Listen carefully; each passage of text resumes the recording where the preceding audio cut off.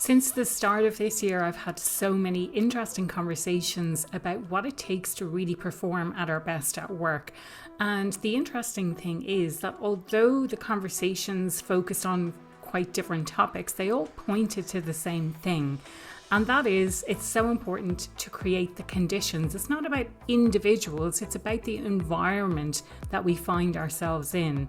So creating a safe space for people to speak up, supporting them to do their best work, and making it really clear the impact and the value that they bring at work, making that connection for people. This is the Happier at Work podcast. I'm your host, Aoife O'Brien, and in today's episode, I'm bringing together 8 of those conversations that I've had. I'm going to share the insights from those conversations, how they interact and how they relate to each other, to build up this story of how to create high performance at work. I really hope you enjoy today's episode. Let's dive right in.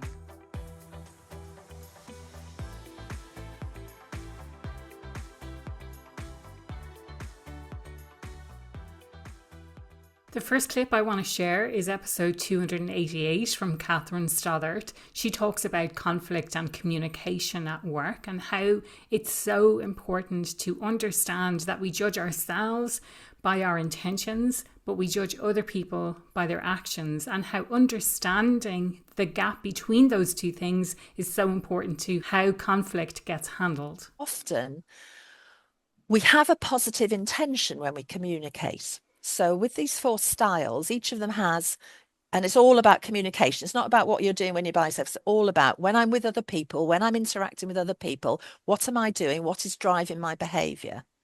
So it's about being aware of what's driving your behavior, what's your intention, which may well be positive, but sometimes the way you come across can have a negative impact on the people that you're communicating with. And then you don't have the influence you want to have on them. You don't have the connection, the influence, the relationship with them.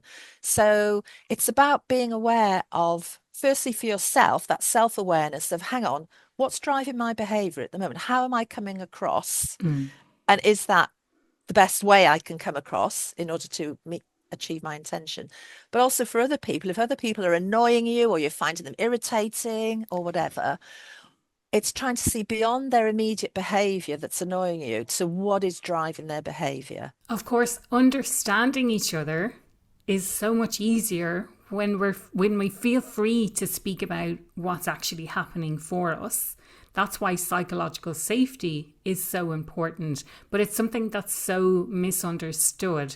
The vast majority of teams don't have psychological safety. Here's a clip from my episode with Amy Edmondson explaining exactly what psychological safety is and why a little bit of discomfort is important for team dynamics. Because people are likely to hold back the truth, we need to figure out how to create the conditions where people will share, will lean in, will take interpersonal risks, will speak up with the truth, will share crazy ideas, will ask for help when they're in over their head, will admit mistakes. And none of those things I just said are easy for us fallible human beings.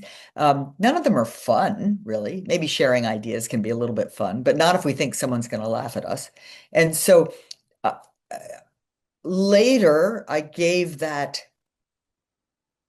experience where you can speak up honestly, even though it's not easy, as called it psychological safety, right? And it's not psychological safety doesn't describe an environment where we're comfortable.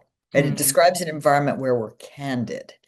And not because it's fun or easy to be candid, but because we so passionately care about each other and about the team's work, or maybe about the customers or the patients or whoever it is we're serving, that we're willing to be uncomfortable in order to do a good job. And I don't think you can do knowledge work well without being uncomfortable.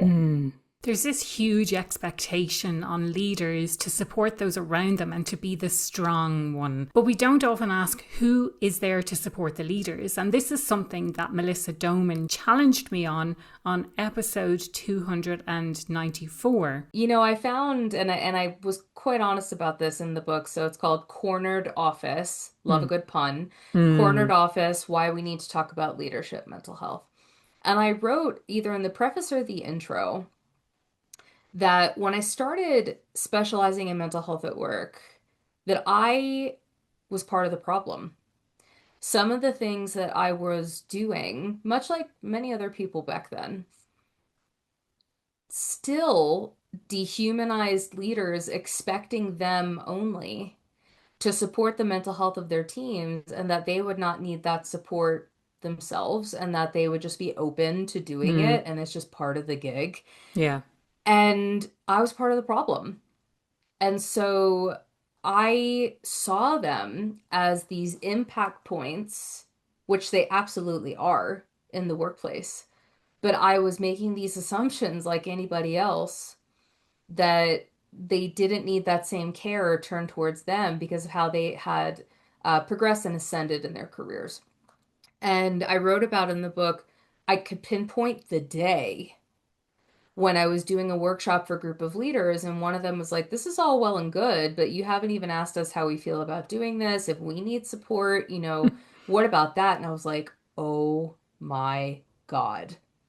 I was mortified. Yeah. And so over the years, when I did a lot of, leadership coaching with leaders of all levels of seniority and workshops and just working with them, and I really just started seeing them as the human being sitting in front of me, not what they were responsible for. Like society had also conditioned me to do. Understanding the human behind the title also means being careful of the assumptions that we make about people. Generational differences are one of those assumptions and can sometimes lead us to put people into boxes. Like, if you're from an older generation, maybe you don't understand technology, or if you're a newer person, you don't have enough experience. In episode 298, Dr. Mary Collins explains the dangers of falling into these kinds of stereotypes and how we can acknowledge differences without actually falling into that trap. One of the reasons I decided to do academic research, there's so much pop psychology out there and stereotyping. Yeah. And I wanted to get some, good grounded evidence to show what are some of the trends that we're seeing, the undeniable trends, like, for example, the digital divide. So we have digital immigrants and we have digital natives. Yeah. Parenting has really shaped the generational behaviors at work. So, and it's not to say that every Gen Zer is great with technology, or every baby boomer doesn't know how to use Instagram. We have to be really careful that we don't assign or assume. Yeah. But there are certainly, I think, interesting trends for us to be aware of. If we are managing intergenerational teams, and a lot of it is about just building your awareness and your understanding, and the need to flex and adapt your approach. As I often say, Aoife, if you take a 24-year-old and a 48-year-old, like, they have grown up in really different worlds in terms of what's happening, even on the geopolitical stage, what's happening in the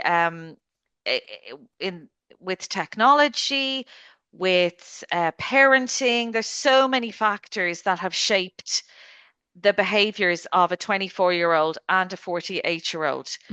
And I think how we need to flex and adapt our approach when we're dealing with people at different life stages, particularly for line managers. I think it's a really important skill to be aware of. One of the things that really stops people from reaching their full potential at work is imposter syndrome. If you want to help your team to reach their full capabilities, you can download my latest State of Imposter Syndrome at Work report today from impostersyndrome.ie/report. In it, I address the organizational cost of imposter syndrome, as well as putting forward some really practical strategies that you can implement straight away to address this issue at the root. That's impostersyndrome.ie/report. Download your free report today. Even when we understand people's individual differences, we still need to look at the environment that they're operating in. I think we're quick to jump in and say that someone can't cope or they're not resilient enough without properly looking at the environment that we've created. In episode 302, Leanne Elliott talks about overwhelm and how job design plays a really important role as to whether we see people as being able to cope or whether we've created the conditions for them to do their best work. It's having that conversation, which might sound really formal with a friend, to go, how would you prefer me to communicate with you today? You know, it's going to be more conversation like that, or it's going to be, you know, I really enjoyed our voice notes, but was that really difficult for you when you've got the kids and trying to make tea? Yeah, it was actually, which is why I replied in. You know, you have those things to figure out that the things that are going to help with my overwhelm, but not put my overwhelm onto you.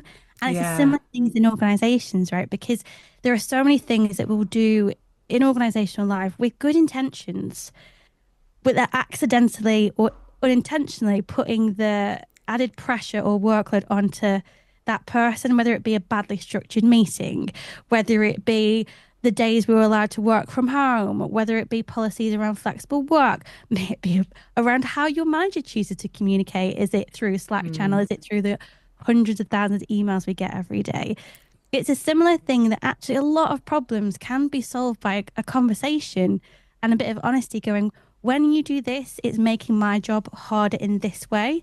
So can we do that? And talking it through. Imagine a world where your manager was trying to make your job easier every day. Thinking and talking about the workplace environment leads us naturally into thinking how individuals actually experience that environment. What is the employee experience? And I think it's easy to default and think that's HR's role, or to think about it as parties and perks of the job. But actually, Grania Early has a much broader definition of what employee experience is. This is a clip from episode 308 of the Happier at Work podcast. There were so many words that was used for employee experience initially. It was employee engagement, it was comms, it was parties, it was, you know, a HR activation, it was all of these different things. It was inclusivity, it was diversity, it was wellness. So there's a huge amount of things that kind of fall in under that banner, and really employee experience is encompassing everything. But from a day-to-day level for the employee, it's every touch point that they experience. So it can be something small, like the nice way that they get welcomed into the office, or there's something new there that's exciting or a nice touch point for them, or, you know, how they are recognized as an employee or rewarded for their the part they play in a company. Or it can then be the fun stuff. It can be the parties, it can be, you know, team building activities, it can be wellness. But really it's about every touch point on their life cycle. So when they have started in that company to when they leave that company, every element that they kind of touch throughout that journey, really the life cycle of their journey in that company, that's what employee experience is. It really encompasses everything. When we talk about the employee experience, it's easy to talk about the kind of initiatives that we can introduce, but what about how people experience the work on a day-to-day basis? And one of the biggest findings from my own research is the idea of making the connection between what someone does on a day-to-day basis and the impact that they're having at work. And I was really happy to explore this concept on episode 310 with Dr. Shirley Kavanagh, where we look at the impact and the value and questioning what we're working on a day-to-day basis to make sure that we're working on the right things. Now we're finding more and more that the business case for something that has a 3-year return on it is just way too long, actually. And from a HR group who are not being very explicit about why this is important and what the benefits are, that doesn't help that either. Yeah. So just to your point about impact, though, and value, which is one of the most important things that you said there, constantly like any function, actually, it's not just for people functions, HR functions, talent functions, whatever we want to call them. We all need to add value, and we all need to understand what we're doing. Does it actually add value? And then the next question is value to whom? Yeah.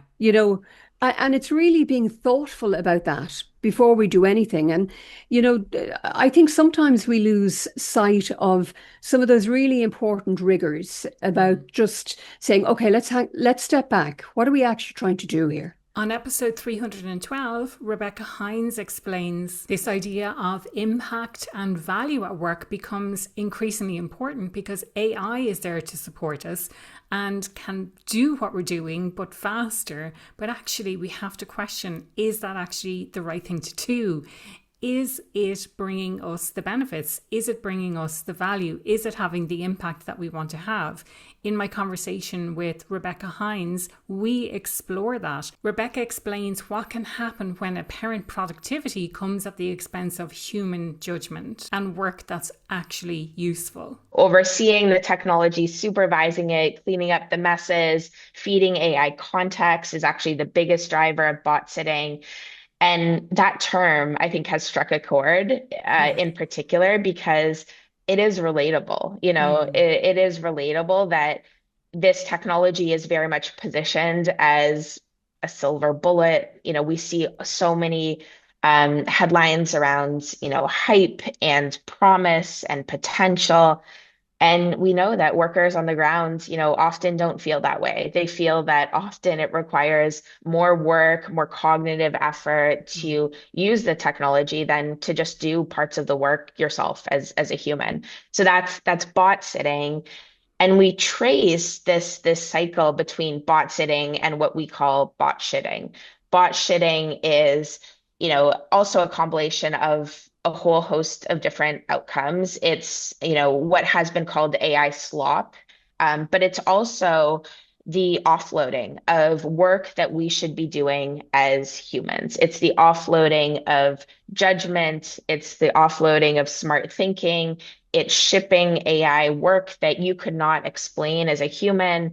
And all of this creates this cycle within the organization where you as an individual could very much look productive and look effective in your work, but the organization suffers. And the classic example I often give is, we can use an AI tool to convert 5 bullet points into a 15-page report. We can ship that 15-page report to a colleague. That colleague says, wow, this is too much information. I'm going to convert it to 5 bullet points. Individually, both people look highly productive. And that's often what we measure in organizations. We measure the individual productivity. But when you look at the big picture, right, the organization is arguably not any better off for this hamster wheel of bot shit or AI slop. If you haven't already, I would highly encourage you to go back and listen to those full episodes. And if you've listened to them already, why not go and listen back again and see if you learn something new. There's a reason that psychological safety is the foundation of my thriving talent model. We need to get that absolutely right. You as an individual need to feel safe speaking up, sharing what's going on for you, and you need to create that kind of environment for those people around you as well. This is not about adding more to your to-do list. It's about rethinking how we actually work on a day-to-day basis to make work better for you and to make work better for those people around you. I would love to know, is there something new that you learned today? Is there something that you're going to be taking away?